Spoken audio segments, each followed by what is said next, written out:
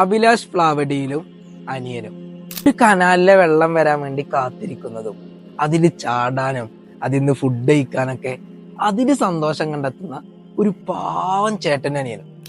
എടാ, നമ്മുടെ ജീവിതത്തില് ചെറിയ ചെറിയ കാര്യങ്ങൾക്ക് സന്തോഷിക്കാനും അതിന് നന്ദി പ്രകടിപ്പിക്കാനും കഴിഞ്ഞാൽ എന്ത് അടിപൊളി ലൈഫായിരിക്കില്ലേ നമ്മളെ. ഈ അഭിലാഷിനെയും അനിയനെയും പോലത്തെ ആളുകളെ കാണുമ്പോൾ നമുക്കൊക്കെ ചോദിക്കാൻ തോന്നുന്നൊരു ചോദ്യമുണ്ട്: എന്താണ് എപ്പോഴും ഇങ്ങനെ ഹാപ്പി ആയിരിക്കാനുള്ള കാരണം?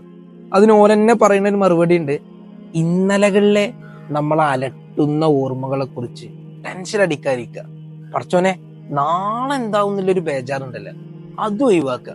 ഇതിന്റെ രണ്ടിന്റെ ഇടയില് ഇന്നത്തെ ഒരു ദിവസല്ലേ, ഇത് നല്ല സന്തോഷത്തോടെ നല്ല കാര്യങ്ങളൊക്കെ ചെയ്ത് നല്ല ആസ്വദിച്ച് ജീവിക്കുക.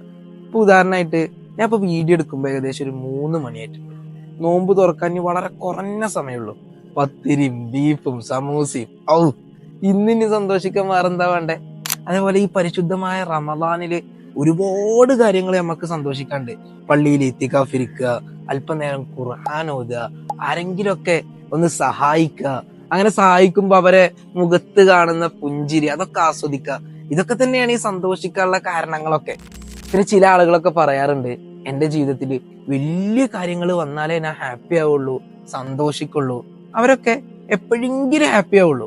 നമ്മുടെ ജീവിതത്തിലെ ചെറിയ ചെറിയ മൊമെന്റുകള് ആസ്വദിക്കാനും അതിൽ സന്തോഷം കണ്ടെത്താനും ശ്രമിക്കുകയും അത് നമ്മൾ ആ കിട്ടിയ സന്തോഷത്തില് പടച്ചോനോട് നന്ദി പറയാനും ആരോടൊരു വെറുപ്പും വിദ്വേഷം അല്ലാത്ത എല്ലാവരും സ്നേഹിക്കാനുള്ള ഒരു മനസ്സും നമുക്കുണ്ടെങ്കിൽ നമ്മൾ എപ്പോഴും ഹാപ്പി ആയിരിക്കും.